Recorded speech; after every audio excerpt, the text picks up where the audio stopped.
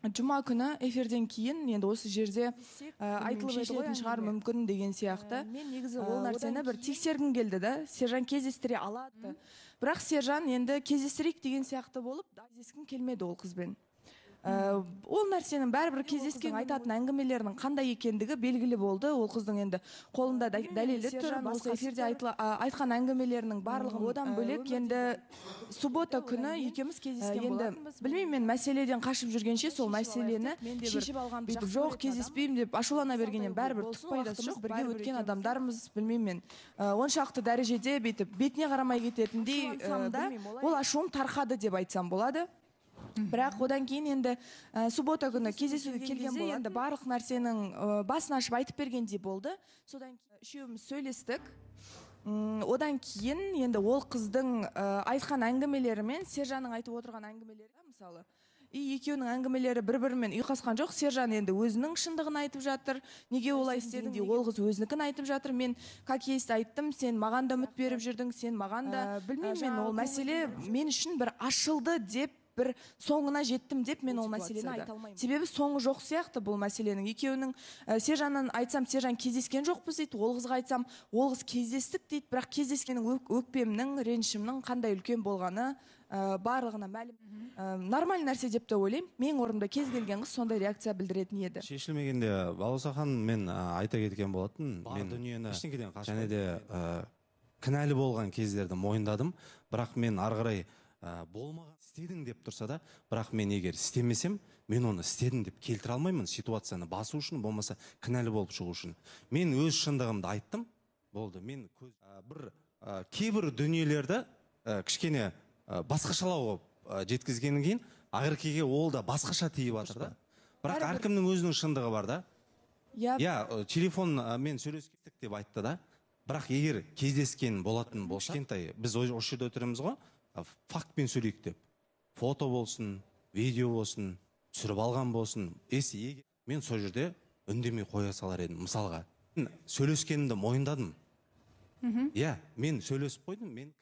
Кездеспесе де бұл жерде бір суть өзгеріп жатыр деп ойламаймын. Себебі арада сөйлесу болғанда екеуінде. Не жасағандарынан мен ешқандай шаруам жоқ. Негізі былай кеп тұрды, сенгім ақ кеп тұр. Енді алдыма кешірім сұрап келіп тұрғаннан кейін. Бірақ сенгім келетіндей бір ұстап қалатын бір дәлел жоқ та. Сондықтан мен не істейтінімді білмедім. Өткен эфирде менің дұрыс емес тараптарын мен бәрін полный осознавательдерге де бірнеше рет айттым мен. Менің қазір жауап беретін прям нем жоқ. Мен кәдімгідей сөз таппай отырмын, жауап мен жақтамда отыр деп. Бірақ демалыс күні мен Ақеркеге бардым. Біз үшеуміз отырып сөйлестік. Әркім өзінің шындығын айтты. Өзімнің кінәмді де мойындадым. Ақеркенің көзде тұр мына жерде. Мен бірнеше рет кешірім сұрадым. Ақерке, мен допускать етіп қойдым, бірақ ол допускать ететін осындай нәрседе допускать етіп қойған үшін мені кешір. Мен негізін әңгіме болды, Ақерке, сіздің жақсы көріп тұрған қызыңыз сізден өтініш білдірді. Жақсы, мен ешқандай да өтірік демейін, басқа демей қойын, бірақ сол қызбен кездестірде маған сөйлестірші деді. Оның керек емес екен деді. Және де сіздер үшеуіңіз телефонмен хабарластыңыздар. Бірақ неге Ақеркеде әлі де жауап жоқ? Мен бүйтіп айттым, сенде егер байланыс номері болатын болса, хабарласып адресін сұрашы дедім. Сосын сіз апаруға дайынсыз ба деді, без проблем дедім. Жүрт кеттік, апарып келем. Қазір мен кеп тұрмын ғой міне дедім. Інімнің несі болған, құдалығы, бірақ кеште мен баратын бір ешқандай не көріп тұрғам жоқпын. Звондап үшеуміз ортақ сөйлесе салайық. Бардық сөйлесіп, былай сөйлесіп дүниесі андай ғой, махаббатқа балау, бірдеңкеге балау деген еш нәрсе дұрыс па?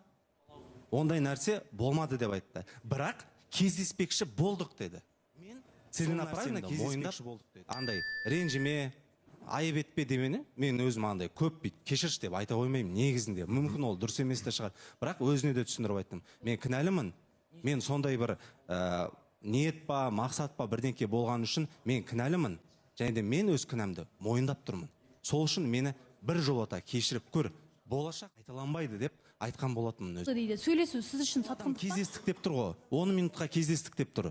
ол адам айтып тұр да, сол сомнение болып тұрғаны бұл жерде. Иә, Балауса ханым, мен бұл жерде ол қызды негізі андай болады ғой, бізге иногда Инстаграмда жаман комментарий жазған адамдарды историямызға жаңағы 1 октябрь болғанға дейін бірнеше уақыт бұрын ол қыздың маған жазған өте бір ерсі бір комментарий қалдырыпты да мен фотом астына. Одан кейін мен ол қыздың фотосын алып өзім Инстаграм сияқты қылып та енді как ответ ретінде.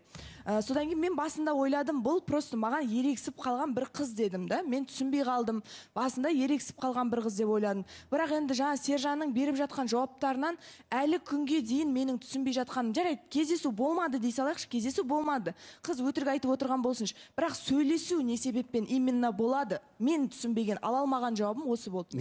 Осы ситуация басталғалы бастан аяқ қастарында жүрміз ғой. Енді Сержанға да өткен бағдарламада айтпағанды айттық деген сияқты, бірақ сыртта қарасақ енді барынша сөйлесуге тырысады. Сержан мырза сондай ситуациялар болып жатыр да, енді еңсесі түсіп кеткен деген сияқты.